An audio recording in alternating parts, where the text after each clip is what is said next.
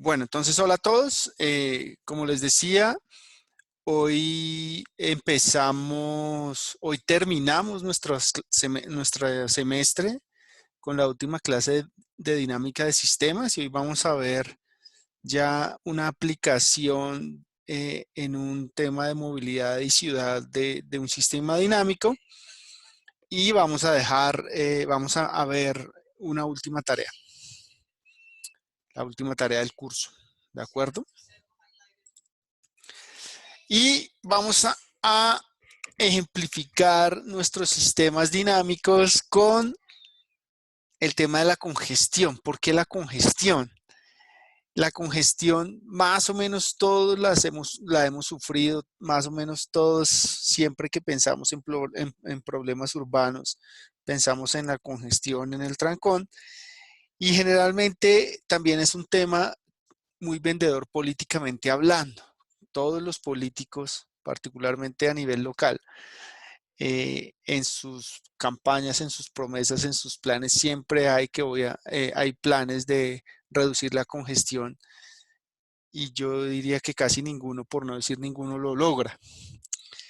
Entonces es un tema muy vendedor y tradicionalmente, como ustedes también ya saben, eh, la solución a disminuir la congestión ha sido construir más infraestructura.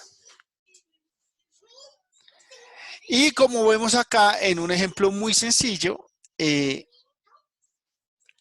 a medida que pasa el tiempo, como vemos aquí en el eje X, con este tema de la congestión, el uso del transporte público tiende a descender y el uso del auto, en este caso particular, en este ejemplo particular medido como vehículos kilómetro, tiende a aumentar. Y en mi gráfico de la derecha tiende a aumentar mucho más rápido que esta reducción de uso de transporte público, pero desafortunadamente cambiar la tendencia de la izquierda es muy, muy complicado. Una vez la gente se baja del transporte público, volverlos a subir es complejo y requiere esfuerzos grandes de tiempos y dineros. Pero con esto quiero mostrarles que vamos a empezar a empezar a construir nuestros diagramas causales. Entonces, lo primero que ve un político que vemos acá, tenemos un problema, que es mi congestión. ¿Qué hacemos para resolver ese problema? Pues muy fácil, hagamos más vías, aumentemos capacidad. Siempre lo hemos visto así, siempre se ha hecho así, nunca se ha logrado arreglar el problema. Y los pocos políticos, digamos, que logran construir nuevas vías, aumentar capacidad, ¿qué ha pasado? Echemos una retrospectiva en cualquier caso, en cualquier parte del mundo. ¿Qué pasa? ¿Qué ha pasado? Entonces, aquí quiero que se detengan, que me paren bolas un segundo de verdad y nos preguntemos por dónde podríamos empezar el desarrollo de un diagrama causal que muestre los efectos de retroalimentación de la construcción de carreteras o aumento de capacidad, como la quieran ver. Y aquí les recuerdo que este tipo de sistemas están compuestos por partes físicas, por ejemplo la infraestructura, y reglas de decisión usadas por la gente, por quien decide aumentar la capacidad en el sistema. ¿De acuerdo? Que eso nos va a guiar el comportamiento del sistema. Y generalmente la estructura física es la más fácil de visualizar y representar que esa estructura de los procesos de decisiones. Y entonces por eso es tan complejo arrancar en estos temas, porque la conceptualización de mi problema y pasar de mi idea a construir un modelo generalmente hace parte de un proceso conjunto donde lo ideal es tener gente de diferentes puntos de vista con diferentes formaciones para compartir esos procesos y modelos mentales para poder llegar a un acuerdo. Y esto hace que usualmente sea más fácil llegar a un acuerdo en la parte física, en la infraestructura física, pues porque todos la vemos, está ahí, la podemos ver y la podemos organizar. La estructura del comportamiento es mucho más compleja, ¿vale? Si alguien tiene alguna duda, porfa, me para. Y entonces, aquí en este caso, como les acabo de decir, recomendamos o recomiendo empezar por la infraestructura física del sistema.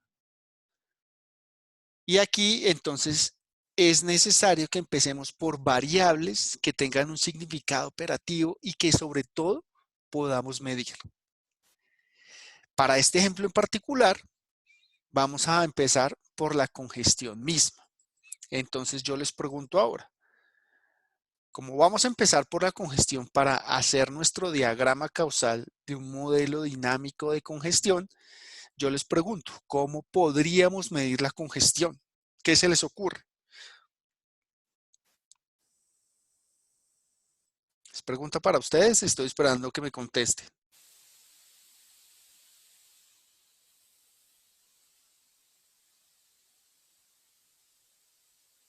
Me pueden escribir o me pueden hablar, estoy esperando. No te entendí nada, Diego, con lo que me dijiste ahí. ¿Alguien? Tiempos de viaje. ¿Alguien más? Relación volumen-capacidad, Juliet. Tiempos de saturación. Digamos, Julián, que vas más o menos con Diego, con Alejandro, que dice velocidad promedio. Velocidad promedio, la podemos, digamos que implícitamente está el tiempo. Ya carros por unidad de área, podríamos ya hablar es de densidad, que se nos escapa un poquito del tiempo. Y veo que hay como dos líneas, relaciones volumen-capacidad, tiempos de viaje. Empecemos con una fácil. Todos están en lo cierto y vamos a usar todos esos datos, pero vamos a empezar por la fácil. Entonces vamos a empezar por el tiempo de viaje. ¿Y qué determina el tiempo de viaje? Creo que ustedes ya mismo respondieron. Por eso digo que íbamos con estas dos líneas. El tiempo de viaje va a depender, como ustedes repito, el tiempo de viaje dependerá de la relación entre la capacidad de las vías y el número de vehículos que las utilicen. Eso en práctica es, como ustedes ya saben, las relaciones volumen-capacidad, las curvas flujo-demora, como acaban de decir. Muy bien. Y entonces vamos a empezar a dibujar nuestro matacho de diagrama conceptual. Entonces empezamos por aquí, una variable que sea construcción de infraestructura, que nos va a guiar o nos va a dimensionar la capacidad vial. Y vean aquí como recorderis dos elementos importantes. Estas dos rayitas significan que entre una y otra, la relación causal entre estas dos variables tiene un retraso en el tiempo. ¿Qué significa ese retraso del tiempo?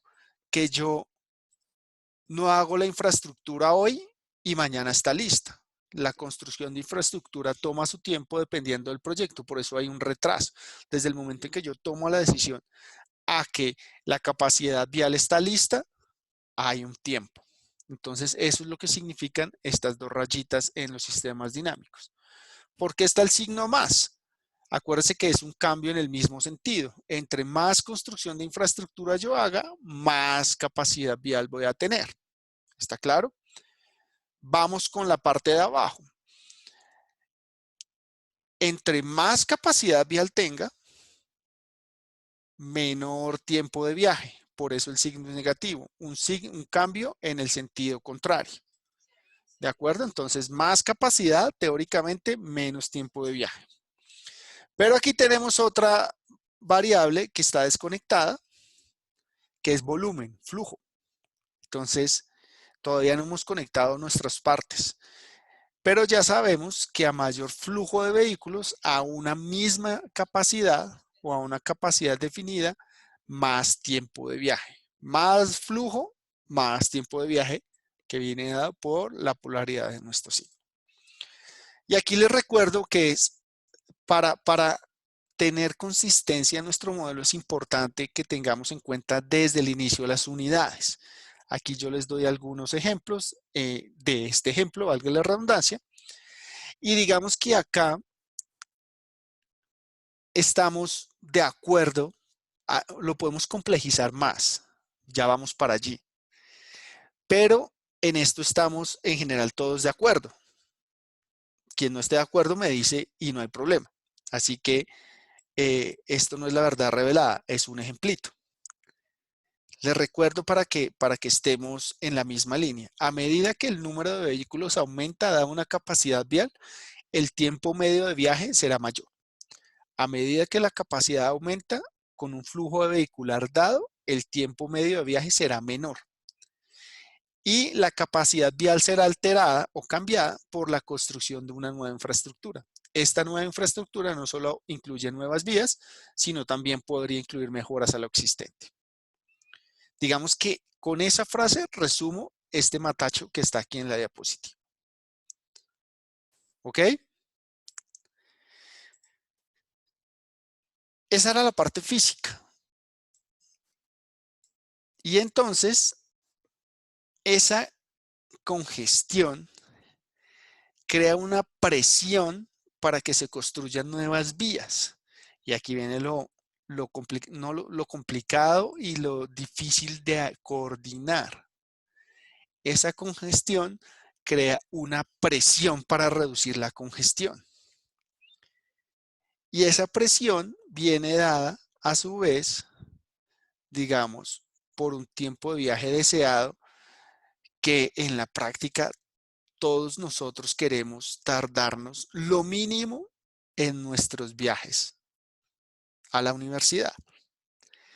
Lo mínimo tanto que si lo pusiéramos tiempo de viaje deseado, todos quisiéramos aparecer instantáneamente en la universidad.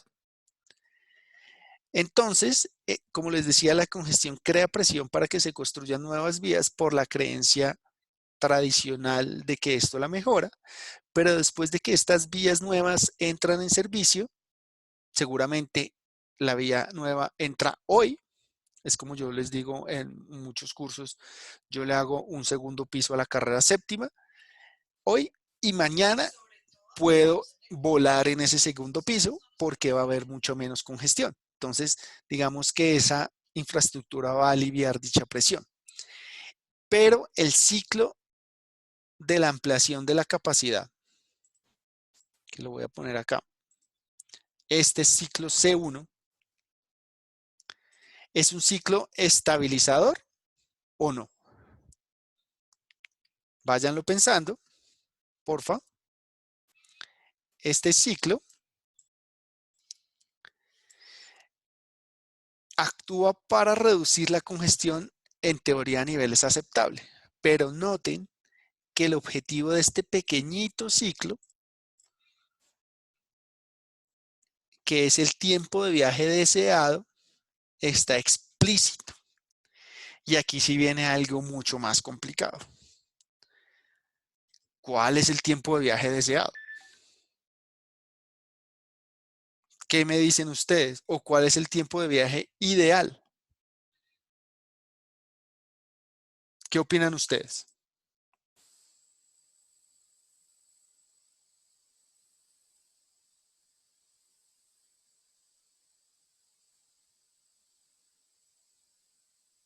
¿Alguna opinión a tiempo de viaje ideal? Cero, Manuel. Tú quisieras tener tiempo cero. Bueno, voy con Manuel primero. Imagínate que para que Manuel pueda tener un tiempo cero, pues la velocidad tendería a ser infinita, ¿no? Entonces aquí ya tenemos un problema eh, realmente importante en nuestras ciudades. Eh, Arturo, como tú estás diciendo, lo mínimo posible, ¿de acuerdo? Y lo mínimo posible es cuánto. Pero Alejandro, ¿qué significa depende? ¿Depende de qué?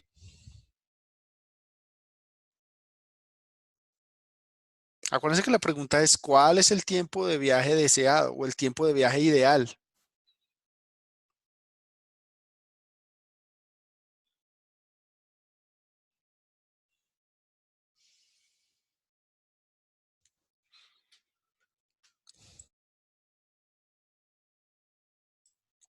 Julián, ¿de dónde sacas esos 10, 15 minutos?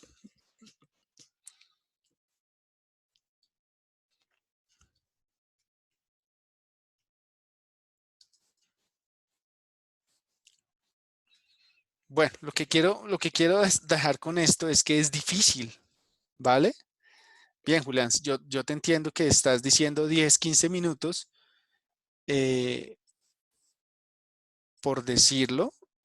Arturo, un viaje sin demoras, imagínate un viaje sin demoras, pueden ser 2 horas sin demoras, dependiendo tú de dónde estés, a dónde vayas, en qué te vayas. Lo que quiero decir con esto es de nuevo que en estos temas urbanos no hay verdades únicas, no hay umbrales óptimos, no hay tiempos óptimos, no hay densidades óptimas. Eh, Depende mucho del contexto. Y para eso entonces es importante conocer el contexto, dónde nos estamos moviendo. Y aquí les muestro algunos datos, por ejemplo, de la última encuesta de movilidad en Bogotá.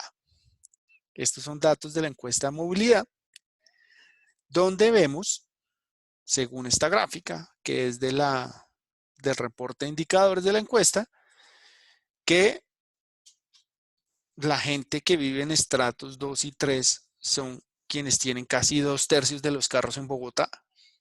¿Cómo explicamos esto? Ayúdenme, por favor. Siempre hemos dicho, o siempre se ha dicho, por mucha gente en la ciudad, que quien tiene carro es rico, parafraseando un poco a esas personas. Pero vemos estos datos y vemos que los 2/3 de la flota vehicular en Bogotá la tiene gente que vive en estrato 2 y 3. No, estos son automóviles. Aquí dice vehículos motorizados, buen punto, pero estos Porque son automóviles. sería un tema de pues, qué tipo de gama de vehículos y hay muchas formas de financiación que pues, posibilitan. No, no, no, Diego, no te va, no, no, y le tan delgadito. Aquí lo que está mostrando esta gráfica es que la gente que vive en estrato 2 y 3 son quienes tienen los 2/3 de los carros en Bogotá. Y Julián nos dice porque la gente que vive en estrato 2 y 3 pues es la mayor cantidad de gente. Estamos totalmente de acuerdo. Entonces, si hay mucha más gente viviendo en estrato 2 y 3, pues van a tener más carros porque vean que de lejos la población que vive acá es mucho más alta que la población que vive en otros estratos.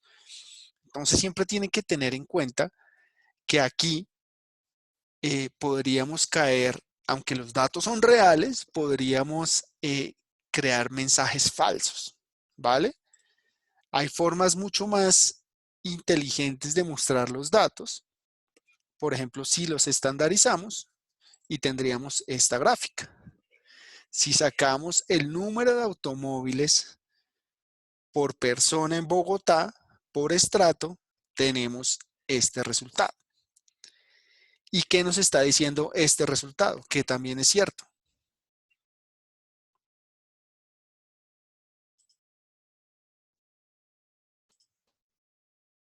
¿Qué nos está diciendo este resultado?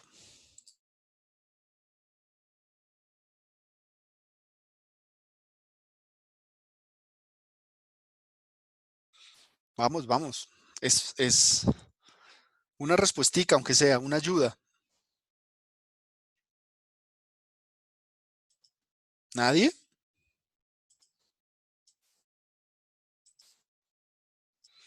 Sí, Manuel, vamos, estamos más o menos igual. Esto nos está diciendo que proporcionalmente la gente que vive en estratos 5 y 6 o por persona tiene muchísimos más carros que que los demás habitantes de Bogotá. Vean las tasas. Entonces, la gente que vive en estrato 6, así sean mucho menos, proporcionalmente por persona tienen más vehículos. Correcto, Juliet. Entonces perdón, que todo el mundo tiene carro, guardando las proporciones, caricaturizando un poco, pero aquí nos queda muy claro que la gente que vive en estratos más altos tiene muchos más carros incluso mucho más del promedio, más del doble del promedio que los estratos más bajos. Entonces, ojo con esto porque es importante para nuestro contexto. Y entonces, ¿qué pasa con la respuesta a la disminución de la congestión? A esta variable que teníamos. Entonces, me voy a ir de un momentito a nuestro modelito que teníamos. ¿Qué pasa con la presión para reducir la congestión? Y vean que en este punto el volumen o el flujo no es una, lo teníamos como variable exógena, pero está claro que no es una variable exógena, ¿cierto? Y entonces yo vuelvo y les hago otra pregunta. ¿Qué nos determina ese volumen de tráfico? Esa cantidad de vehículos circulando por las calles.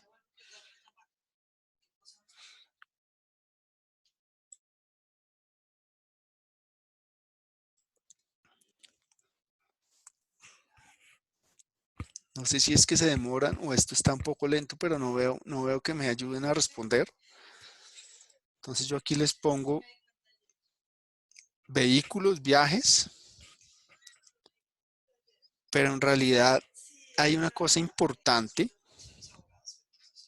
hay una cosa muy importante que tiene que ver en esto. Una cosa es la posesión del vehículo y otra cosa es el uso, ¿vale? Entonces lo que nos determina el flujo son los vehículos que se están moviendo. Y esos vehículos generalmente se miden en vehículo kilómetro. Este supuesto es un fiel reflejo de muchos políticos, urbanistas, funcionarios, etcétera, para quienes el tráfico aumenta a medida que la población y la economía crecen. Estas personas generalmente centran su trabajo en construir más y más infraestructura para tratar de mantener la congestión a niveles aceptables. Así digamos que en teoría la presión sobre sus cargos es más manejable. Pero también se puede representar o presentar que dicha infraestructura se haga bajo intereses especiales, que este no va a ser el caso. Lo importante es que si el ciclo de aumento de capacidad fuera el único ciclo que opera en el sistema, es decir, si solo tuviéramos, me voy a volver de nuevo, si este único ciclo definiera el tema de la movilidad, de los tiempos de viaje, la congestión, no habría problema, ¿cierto? Porque la política de construcción de vías para aliviar la congestión funcionaría bien. Siempre que aumento el tráfico, aumento la capacidad y como esa congestión no le gusta a la gente, pues aumento la capacidad y la gente se queda contenta. Entonces, un programa de nuevas infraestructuras podría empezarse cada vez que la presión en esta variable llegase a niveles que yo considero que son inaceptables. Entonces, retomemos la idea. Entonces, si el volumen de tráfico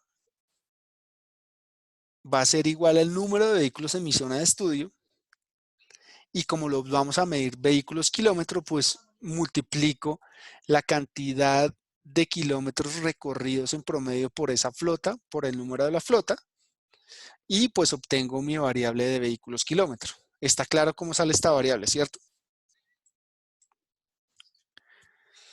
Entonces, ese número de vehículos kilómetro que cada vehículo viaja es el producto del número de viajes de cada vehículo por la longitud de cada viaje, como está aquí en esta fórmula. ¿De acuerdo?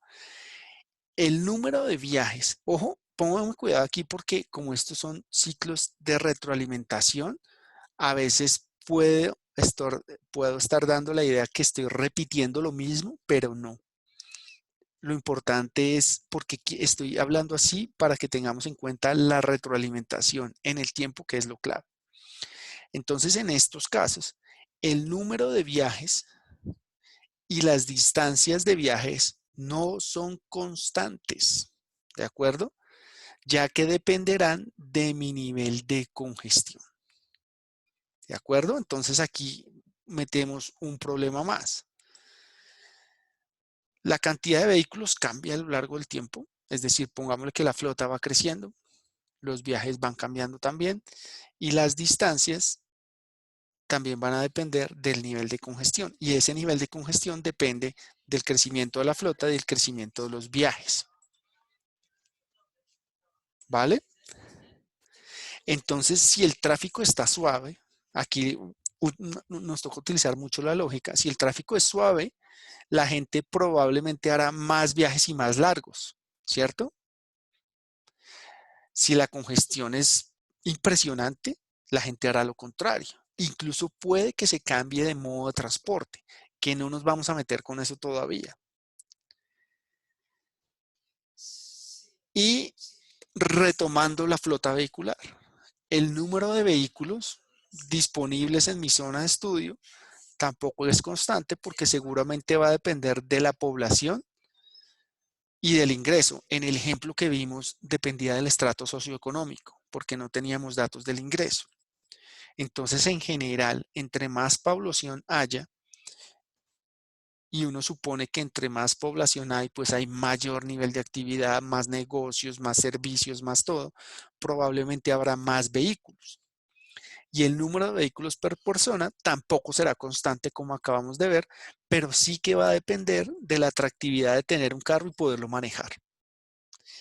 Y esa atractividad de tener un carro depende mucho de los costos de operar ese carro, del nivel de ingreso de la persona y de poderlo manejar, como acaba de decir. Y de poderlo manejar, aquí implícitamente estoy diciendo de los niveles de congestión. Si la congestión es terrible, pues el poder manejar el carro cae. ¿De acuerdo? Y digamos que por ahí vamos, no sé si me están entendiendo, si me están llevando la idea, si alguien quiere que repita. Entonces aquí estos textos resumen lo que les acabo de decir y vean esta flechita donde empezamos a ver los ciclos de retroalimentación. ¿Hay alguna duda hasta ahora, muchachos? Aquí hasta ahora estoy hablando carreta para tratar de explicar cómo montamos a partir de nuestro conocimiento general un modelo en dinámica de sistemas. ¿Dudas, preguntas o continúo?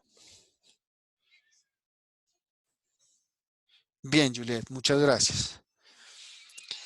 Y para complicar aún más esta vaina, tenemos que la congestión, la población, los estratos, el ingreso, la cantidad de carros no es constante a lo largo del territorio. Ya vimos anteriormente que no es constante en el tiempo, pero aquí no es constante en el espacio.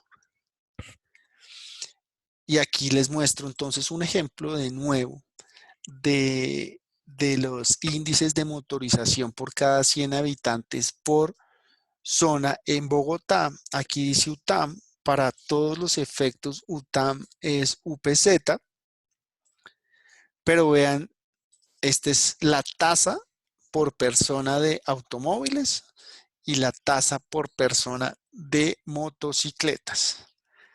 A simple vista, ¿qué vemos ahí? ¿Qué ven ustedes ahí? A simple vista en estos mapas.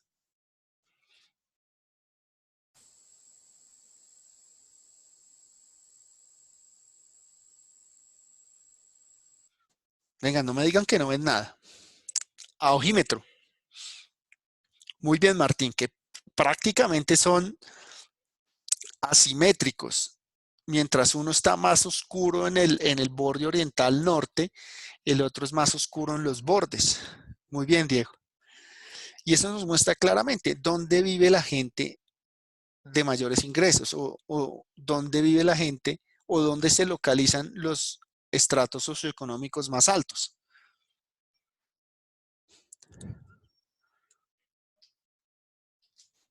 Como ustedes ya están pensando, los estratos socioeconómicos más altos se localizan aquí. Correcto, Laura. Los estratos socioeconómicos más bajos los tenemos en la periferia. Entonces aquí ya vemos un indicador que de nuevo, la primera impresión es que la gente, si aceptamos que el estrato es un proxy del ingreso, podemos decir que la gente de ingresos altos tiene carros, la gente de ingresos bajos tiene motos. ¿Vale? Entonces, de nuevo, vamos a considerar diferencias en el tiempo y en el espacio. Y entonces, ¿cómo definimos esa respuesta a la disminución de la congestión? Entonces, aquí yo ya hice un poco más el trabajo, desarrollé un poco más del trabajo, pero quiero que veamos cada ítem para que ustedes vayan viendo cómo podemos ir armando un modelo de este tipo, de la nada, que es lo verdaderamente complejo. Entonces, vean, estábamos aquí. Estábamos aquí, ¿vale? Esto fue lo que llevo media hora contándoles. Espero que la idea haya quedado clara. Y vamos a agregar otros ciclos. Entonces, este es el ciclo C1, un aumento de capacidad. Pero acuérdense que teníamos pendientes que en el ejemplo anterior el volumen era una variable exógena, que en este caso ya no lo es. El tiempo de viaje deseado sí lo es. ¿Vale? Entonces veamos qué tenemos acá. Vamos a completar ese modelo. Entonces tenemos 3 nuevos ciclos estabilizadores. Para que tengan claro, creo que no se los he mencionado, si el ciclo va, estos son los ciclos, si la flechita va a favor de las manecillas del reloj, son ciclos estabilizadores, es decir, acuérdense que llevan mi sistema al equilibrio. Si las flechitas va en contra de las manecillas del reloj, son ciclos desestabilizadores. Entonces piensen por un segundo en mi primer modelo, en mi primer ciclo. Este ciclo lo que nos lleva es a un loop infinito porque la capacidad vial aumenta, el tiempo de viaje disminuye, la presión para reducir la congestión. Entonces, al disminuir el tiempo de viaje hay más volumen, la presión para reducir la congestión aumenta, la construcción aumenta y la capacidad aumenta y así sucesivamente, pues esto nos lleva a un ciclo infinito como en los últimos 50, 80 años, que siempre hemos visto más congestión, más infraestructura, más congestión, más infraestructura y no sabemos dónde vamos a parar. ¿Vale? Pero supongamos que se construyeran nuevas vías como hablamos a un momento. A corto plazo, el tiempo de viaje va a disminuir, pero la cantidad de carros y la cantidad de carros no va a cambiar. O sea, yo no tomo la decisión de comprar un carro de aquí a mañana, ¿de acuerdo? Yo planifico un poco más esos temas donde involucran cuotas, años, deudas, etcétera, para la mayor cantidad de la gente. Y como les decía, en el corto plazo el tiempo de viaje disminuye, pero no el tamaño de la flota vehicular y no inmediatamente los hábitos de la población, porque aún no se han ajustado, no nos hemos ajustado a esos tiempos de viaje más cortos. A medida que nos vamos dando cuenta que podemos viajar mucho más rápido que antes, probablemente primero se van a hacer más viajes, quienes ya tienen carro, que es el ciclo C2, que ya lo explico. Luego también se harán más kilómetros, que es el ciclo 3, es decir, viajes más largos. Y con el tiempo, quienes no tienen carro irán viendo que ir en carro es mucho más atractivo que en otros modos de transporte. ¿Y eso qué causa? Que algunas personas, obviamente no todas, dejarán de usar el transporte público u otros modos de transporte y van a usar el carro. Entonces, el número de carros por persona aumentará, que es el ciclo 4. Estos 3 ciclos compensarán cualquier nueva construcción de vía. Es decir, que van a copar mucho más rápida la capacidad o el aumento de la capacidad que nos viene dado por esta variable. ¿De acuerdo? Pero adicionalmente a esto, la construcción de vías también estimula otros ciclos a largo plazo. Una infraestructura es una inversión a muy largo plazo. Nosotros no vamos a hacer una carretera, una línea de metro para quitarla en 5 años, en 10 años, en 20 años. Estas infraestructuras duran cientos de años, ¿vale? Esos efectos a largo plazo tienen que ver, por ejemplo, con que la población que vive en la zona de estudio será afectada por la accesibilidad de los barrios periféricos. ¿Qué quiere decir esto? Si vamos expandiendo la red vial y dicha red va conectando el centro con la periferia con unas autopistas súper bacanas, las partes de la ciudad que se pueden alcanzar con un tiempo de viaje razonable, entre comillas, todavía no voy a entrar en cifras, también va a aumentar. Entonces, ¿eso qué significa? Que si yo puedo alcanzar relativamente fácil cualquier parte de la ciudad, entonces el tiempo de viaje tendrá un efecto negativo sobre el tamaño de la región accesible. ¿Qué quiere decir esto? Que entre mayor sea la congestión, menor será el radio de accesibilidad. No sé si quedó claro. Por favor, hablen. Mientras ustedes hablan, yo les voy explicando este diagrama dinámico que tenemos acá. El de arriba quedó claro, ¿cierto? Más infraestructura, más capacidad, menos tiempos de viaje. Venga, respóndame, porfa, muchachos, porque si no, bien, Alejandro, gracias. ¿Qué pasa cuando el volumen no es exógeno? Entonces veamos. Si hago más viajes al día, si esos viajes son más largos, ¿qué va a pasar con el volumen, con el flujo? Va a ser mayor. Voy a tener más vehículos kilómetro. ¿De acuerdo? Vean aquí, entonces, vea que todos estos tienen signo positivo. Ya me voy con el ciclo 4. Vamos con el ciclo 2 y 3. Quiere decir que a más viajes por día o a viajes más largos va a haber mayor flujo. Mayor flujo, acuérdense, a una misma capacidad, porque la capacidad no cambia constantemente, sino cuando yo construyo. A mayor flujo, hay un mayor tiempo de viaje. ¿Qué pasa cuando hay un mayor tiempo de viaje? Que la congestión aumenta. Y esto significa que la atractividad de manejar, véanla acá, es menor. A mayor tiempo de viaje, menor atractividad de usar el carro. ¿Vale? Voy a dejar por fuera estas variables por un momento.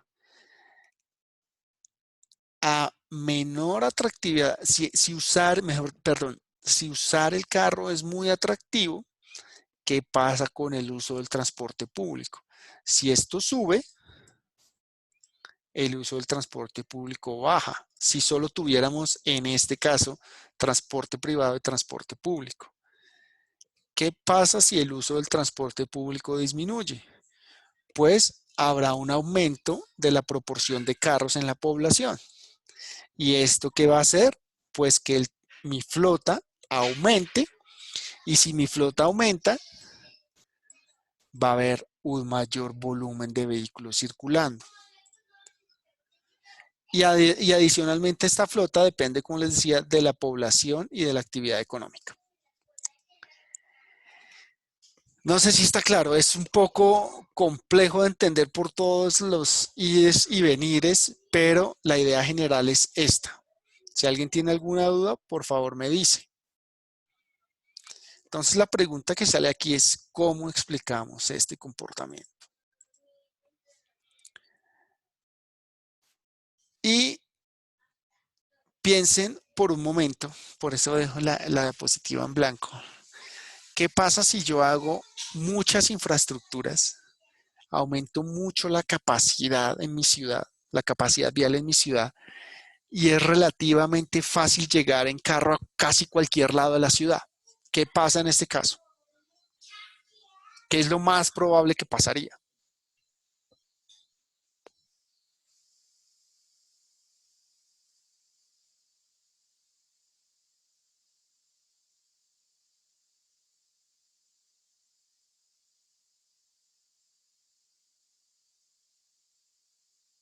Ayuda. ¿Qué pasaría en estos casos? Ayúdme, por favor. Vamos, muchachos. Repito la pregunta.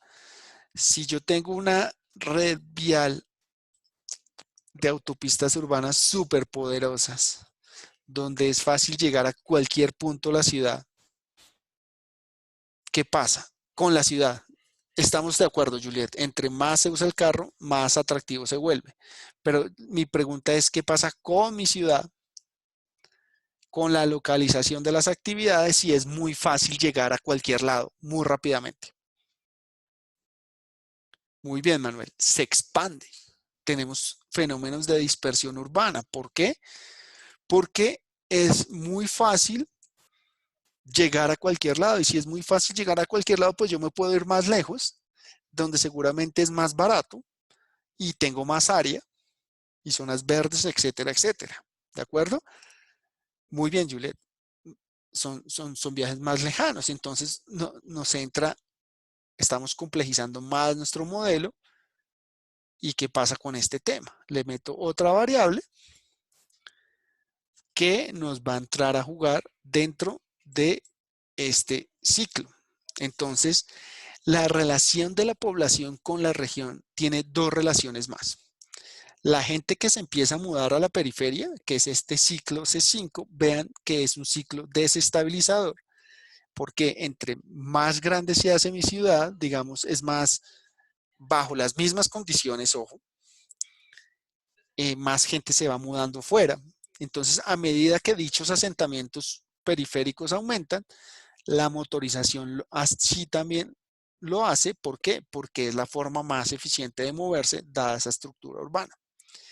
Entonces, si la gente se va a vivir afuera, las carreteras van a empezar a congestionarse. El volumen de tráfico crece, al igual que los tiempos de viaje, hasta que la congestión resultante hace que vivir en la periferia sea poco deseable y eso al final hace que hacer desarrollos urbanísticos en la periferia no sea tan atractivo.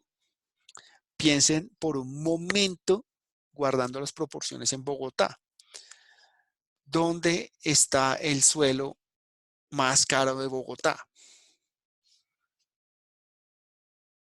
¿Qué creen ustedes? O seguramente lo saben. ¿Dónde? Muy bien, Arturo, en la 72 con séptima.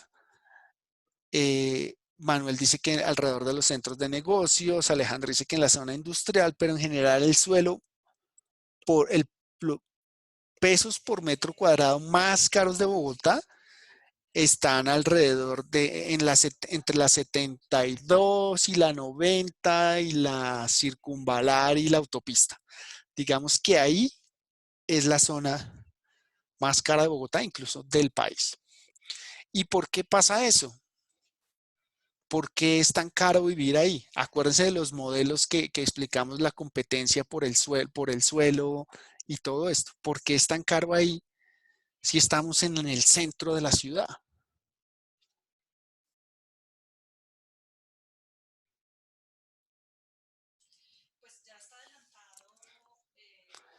Veamos esto y por qué. Muy bien, Diego, es un muy buen punto porque las actividades económicas quedan ahí y les iba a decir, piensen del otro extremo, por qué el suelo más barato y por qué la vivienda de interés social la hacen en Suacha, en Mosquera, en Faca, en Gachancipá. ¿Por qué? Porque allá el suelo es barato, se puede adquirir y puede tener la rentabilidad suficiente para hacer ese tipo de desarrollos.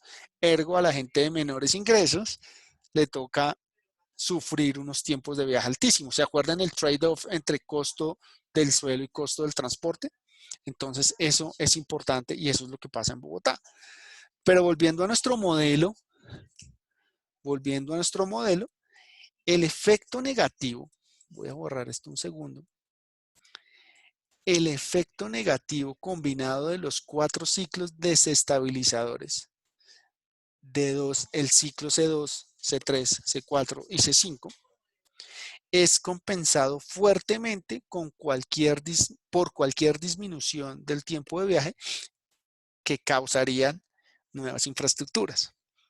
¿Por qué? Porque si las nuevas vías se construyeran de un día para otro, por ejemplo, probablemente el tiempo de viaje disminuiría inmediatamente, como ya les conté. Pero a medida que la gente va respondiendo a su recién descubierta facilidad para viajar en carro, va a hacer más viajes y generalmente va a ser viajes más largos. Más gente dejará de usar el transporte público y comprará carro.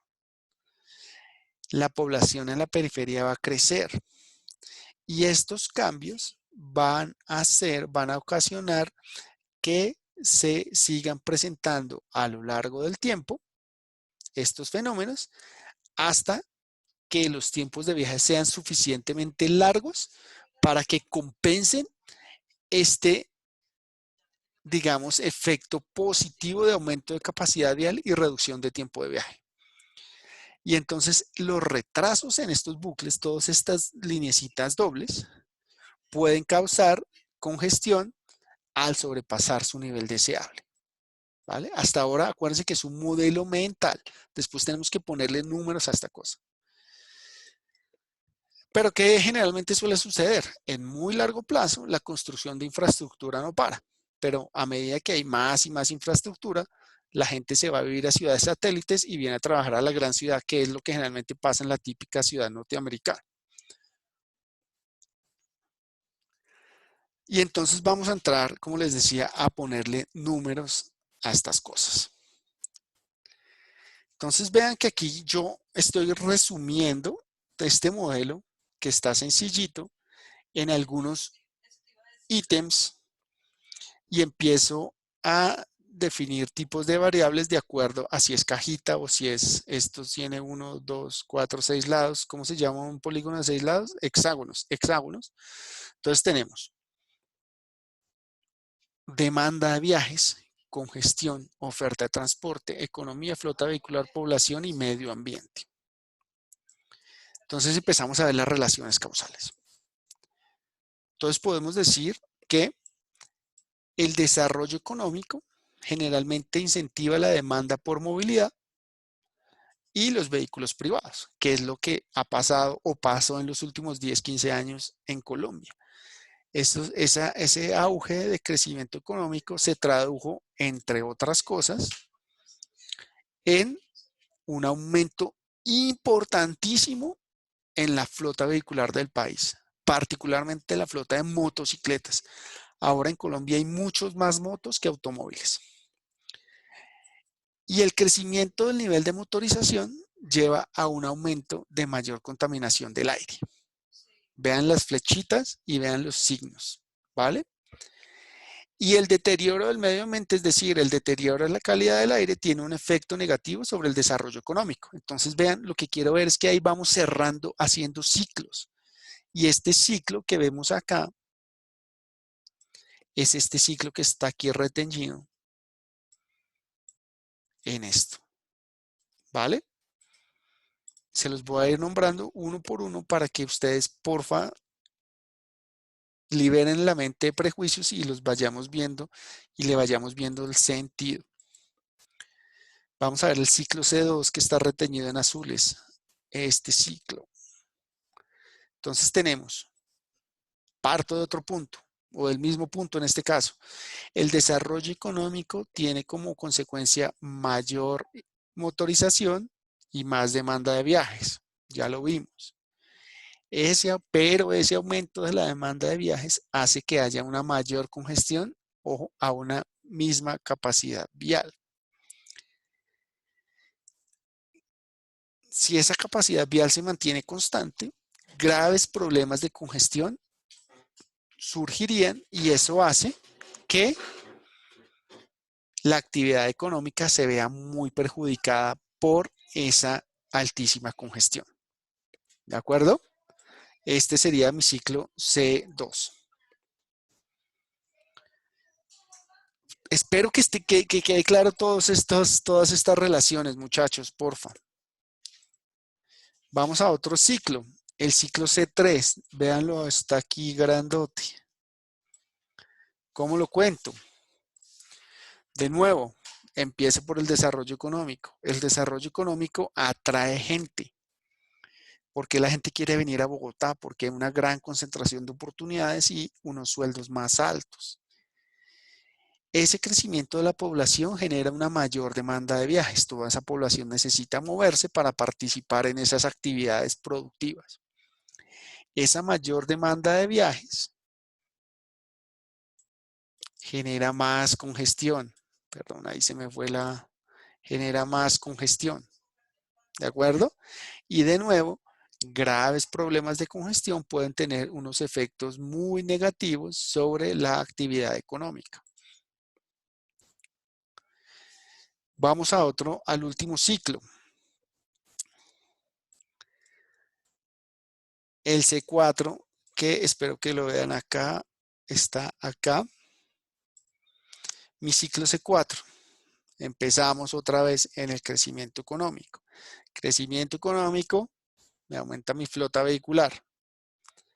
La flota vehicular genera una mayor cantidad de emisiones que va en contra de la buena calidad del aire. ¿Sí? La atractividad, digamos que es una ciudad muy contaminada, por ponerles un ejemplo, para que veamos los extremos. Esa ciudad muy contaminada hace que no sea atractivo que la población esté ahí. Por eso está aquí el signo negativo. Esa ciudad, debido a esas malas condiciones ambientales y porque aumentan las muertes, por ejemplo, no que la gente se vaya, sino que se muere mucha gente, hace que la demanda de viajes vaya en la misma dirección. Si la población va disminuyendo, la demanda de viajes va disminuyendo. ¿De acuerdo? Y entonces la congestión disminuye, pero en teoría la economía mejora. Entonces aquí el punto aquí es que tenemos un sistema que nos puede ir dando resultados de acuerdo hacia el lado en que yo me vaya. Y aquí, imaginémoslo, abramos la mente de nuevo, borremos un momento, yo puedo ver, esto ya se los he dicho, la ventaja de los sistemas dinámicos es que yo puedo ver el efecto que cada una de estas variables puede tener sobre el sistema como un todo. Yo puedo pararme y analizar cada una de estas variables y ver un cambio en esta, cómo cambia en todas las demás y cómo cambia en todo el sistema. Esa es una de las grandísimas ventajas de este tipo de metodologías. Ojo, que este tipo de metodologías no están pensadas que yo voy a estimar la demanda de viajes en el año 2085. Ni yo voy a ser capaz de predecir, entre comillas, la congestión en el año 2085 en esta ciudad va a ser de 4, suponiendo que la estoy midiendo en un índice, en una escala de 1 a 5. La idea no es esa. De estas metodologías, la idea no es predecir. La idea de estas metodologías y para los cuales son muy útiles es ver las tendencias bajo diferentes supuestos de modelación. Es decir, qué pasa con la congestión y la demanda de viajes y la población si yo tengo diferentes escenarios de crecimiento o decrecimiento de la flota vehicular? ¿Qué pasa con el medio ambiente si la economía crece o no? Para este tipo de respuestas es que se construyen este tipo de metodologías. ¿Estamos de acuerdo? ¿Hay alguna duda al respecto? Ahora vamos a entrar, se me olvidó subirles el enunciado de la tarea 4, pero ya se los pongo, pero aquí les quiero dar la introducción a lo que tenemos que hacer, ¿vale? Este va a ser solamente texto, no va a haber presentación, ustedes saben, por cuestiones de tiempo, pero todo lo que hablamos hoy, todos esos modelos de empezamos por congestión, población, tasas de natalidad, no sé qué. Acuérdense que nosotros empezamos nuestra primera clase de sistemas dinámicos con este modelito de población.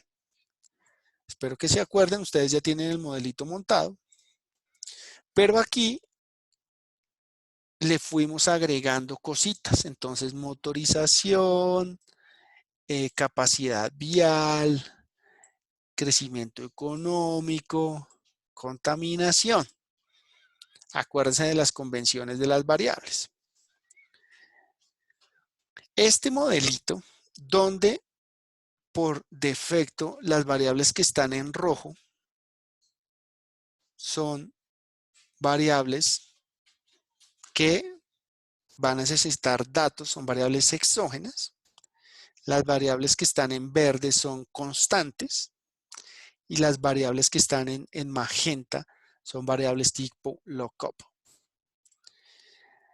Acá, para que ustedes no se estresen tanto, yo les doy este modelito,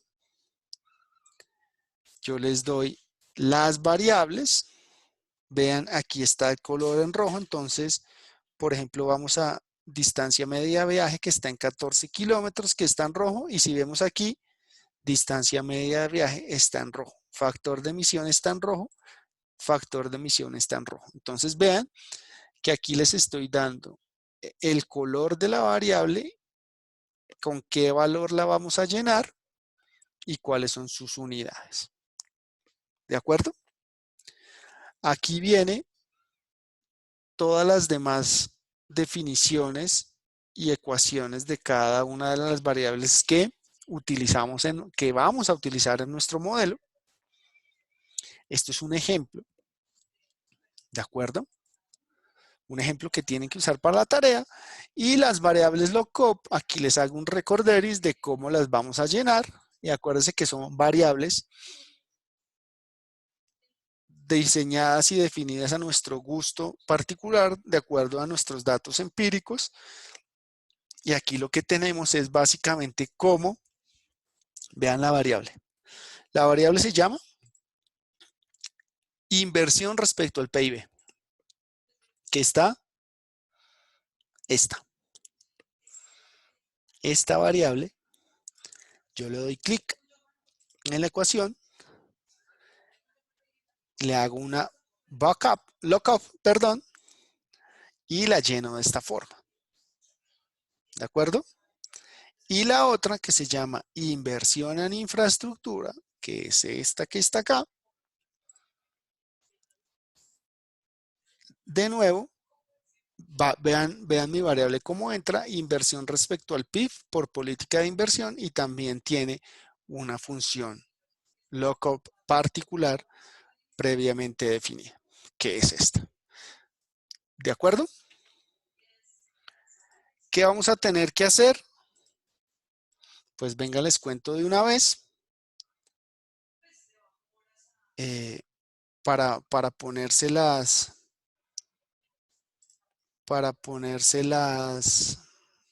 Para dejarlo claro de una vez. Un segundo, por favor.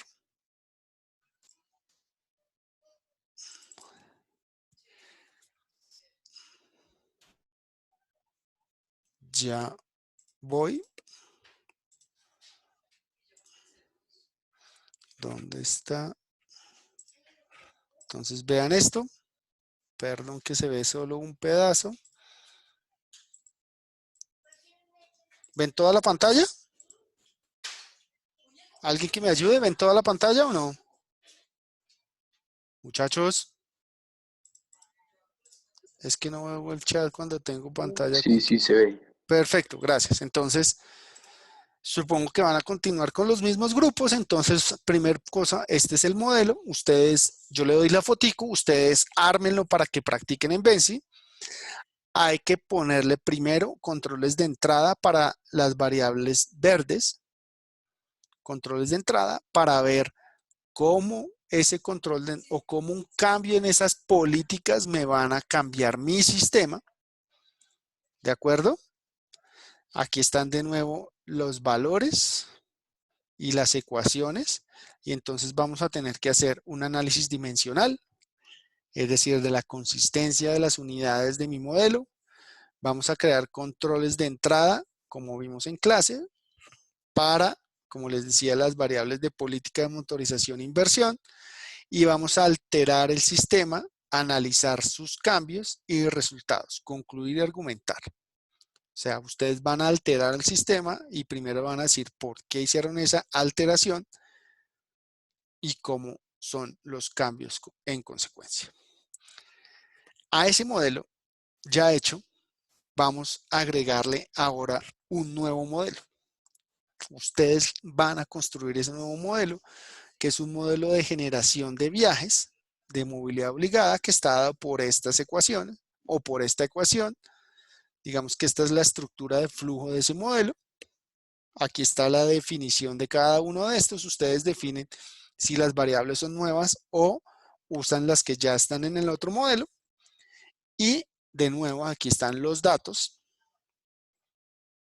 iniciales, tiempos, etcétera. Y una vez esté terminado, deben crear una función tipo lookup, para que el aumento de viajes afecte el crecimiento de población en forma negativa. ¿Para qué? Para de esta forma cerrar el ciclo y que el modelo no se nos vaya al infinito. Aquí están algunas sugerencias. Aquí está el procedimiento. Y aquí están los temas de presentación, las sugerencias de presentación, el mínimo contenido y fechas de entrega. Entonces, eso fue todo por hoy, muchachos. Quedo a su disposición para preguntas y comentarios. Muchas gracias.